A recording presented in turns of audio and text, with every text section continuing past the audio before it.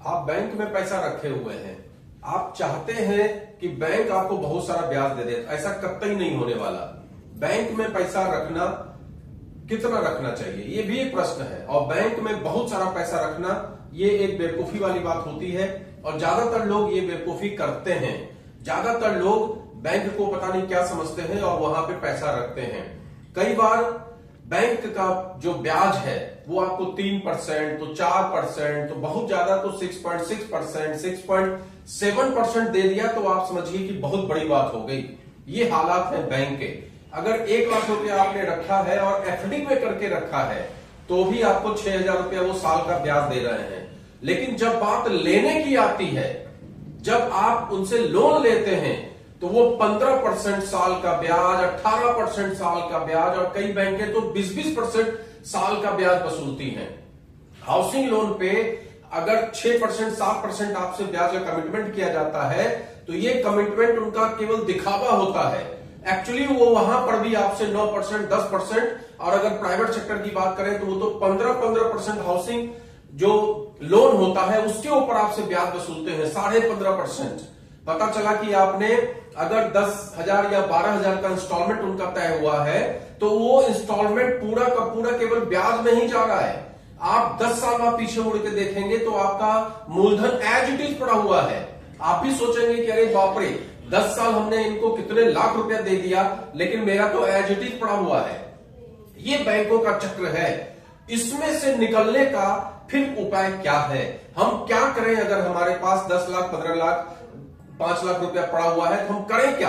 कहां इन्वेस्ट करें? एक बात क्लियर आपको बता दें कि किसी भी व्यक्ति को, हर व्यक्ति को, मतलब दुनिया के हर व्यक्ति को, ऐसा नहीं है कि बैंक बेकार है, ऐसा नहीं होता। बैंक में कितना रखना चाहिए? तो ज्यादा से ज्यादा 1 लाख, 2 लाख रुपया। इससे ऊपर आप कतई मत रखिए, चाहे सेविंग, चाहे आरडी, चाहे एफडी, इससे ऊपर मत रखिए। कोई फायदा आपको बैंक देने वाला नहीं है। तो फिर हम पैसे का क्या करें? मेरे पास बचत का 10, 20, 25 लाख रुपया है तो हम क्या करें? तो आपको सिंपल वो तरीका बताते हैं जिस तरीके से आप पैसे को बहुत तेजी से बढ़ा सकते हैं।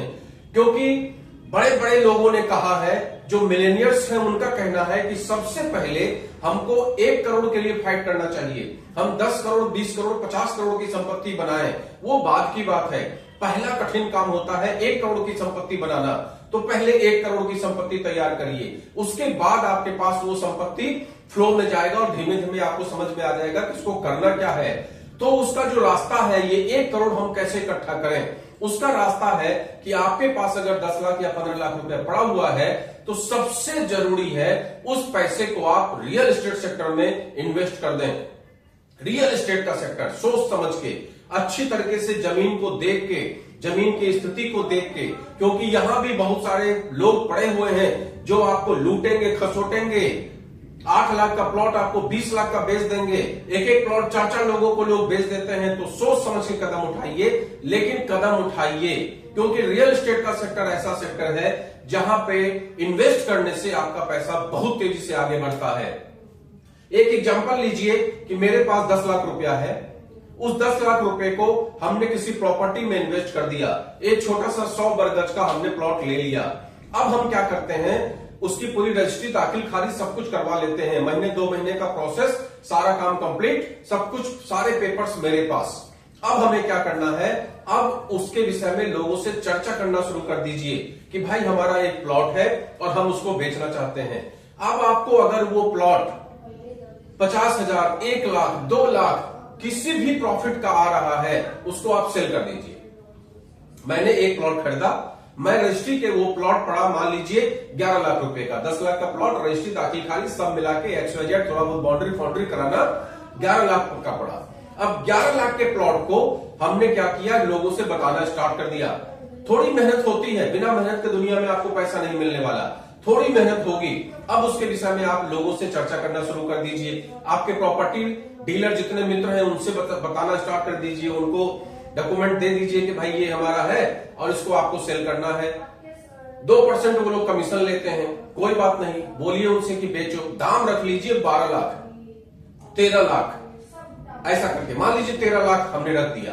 अब 13 लाख पे 2% मतलब 26,000 कमीशन का चला जाएगा। लेकिन वो लोग क्या करेंगे, उनके पास लोग होते हैं जो उसको परचेस करना चाहते हैं। वो जाकर दिखाएंगे भी, समझाएंगे भी।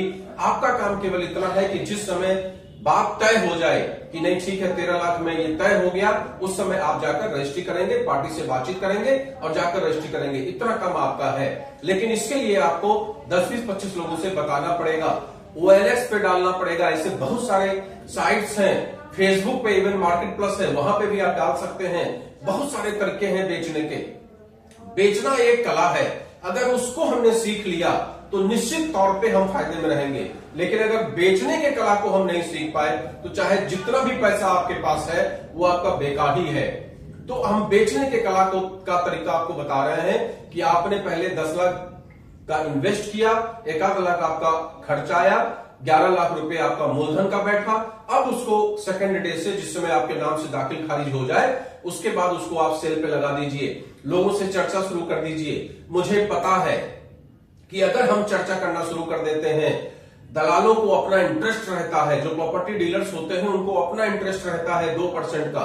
वो क्या करेंगे, लोगों को दिखाना स्टार्ट कर देंगे और धीमे से, हो सकता है महीने भर लगे, हो सकता है 2 महीने लगे, हो सकता है 4 महीने लगे, हो सकता है कभी कभी 6 महीने लगे, लेकिन आपका प्लॉट बिकेगा।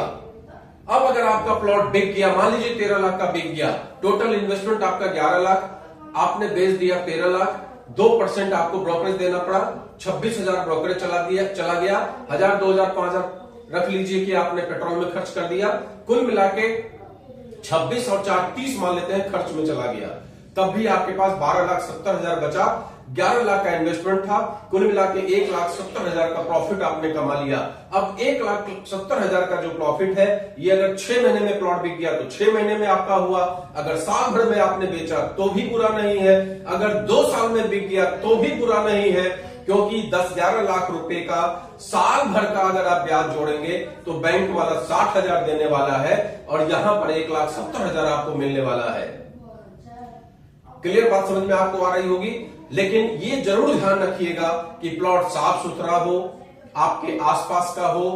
ये नहीं कि हम कानपुर में रहते हैं और आगरा में हमने इसको खरीद लिया।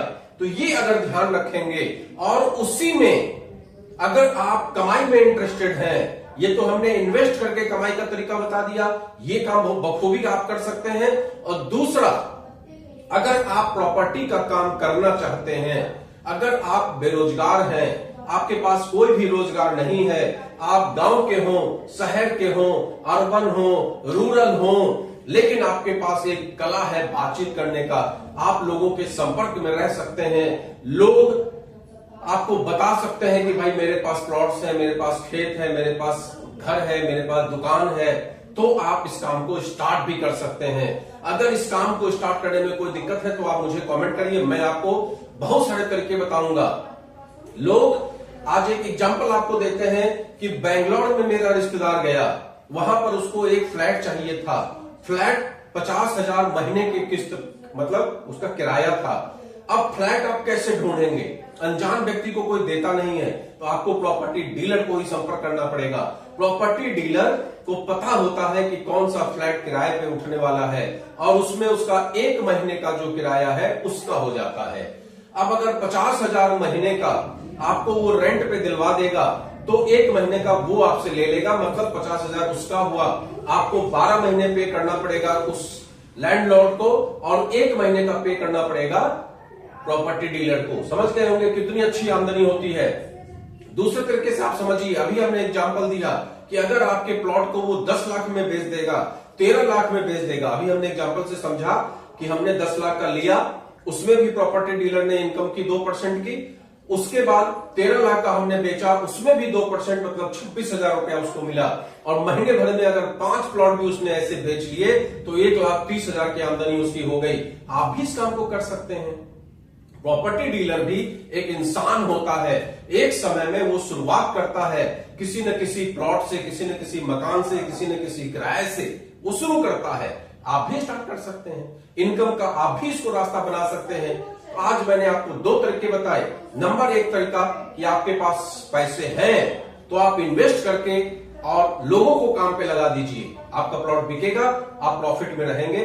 फिर उसको इन्वेस्ट कर दीजिए, फिर उन्हीं लोगों से बोल दीजिए कि भाई मुझे 15 लाख का प्लॉट चाहिए, दिला दो, 2 लाख रुपए लगा के फिर से 15 लाख लगा दीजिए, फिर से प्लॉट ले लीजिए, फिर उसकी रजिस्ट्री करा लीजिए, फिर दाखिल खारिज करा लीजिए, फिर उसको लगा दीजिए। इसको बोलते हैं पैसे को काम पे लगाना। और दूसरा तरीका हमने आपको बताया कि अगर आपके पास पैसे नहीं है तो आप प्रॉपर्टी डीलर के रूप में काम करिए। उसमें प्लॉट सेल करना एक काम, रेंट पे लोगों को दिलाना दूसरा काम, फ्लैट सेल करना तीसरा काम, मकान सेल करना चौथा काम, और इस तरह के बहुत सारे काम धीमे धीमे निकलते चले जाते हैं। अगर वीडियो अच्छा लगा है तो आप ज्यादा से ज्यादा इसको लाइक करिए। और अगर आपको कानपुर के अंदर में कोई प्रॉपर्टी चाहिए या इस काम को आप करना चाहते हैं तो मेरा नंबर नीचे दिया हुआ है, आप मुझसे संपर्क कर सकते हैं। मैं आपको आपके ही इलाके में एक अच्छा प्लॉट बता सकता हूं जिससे कि आप इस काम को बखूबी स्टार्ट कर सकते हैं। और कहीं के भी आप रहने वाले हैं, कहीं के भी रहने वाले हैं तो आप वहां के प्रॉपर्टी डीलर को संपर्क करिए। और कानपुर में है, सराउंडिंग कानपुर में अगर आपको जमीन भी चाहिए तो आप मुझसे संपर्क करिए, क्योंकि मैं कानपुर में रहता हूं और यहां के बारे में बेहतर बताता हूं। नमस्कार।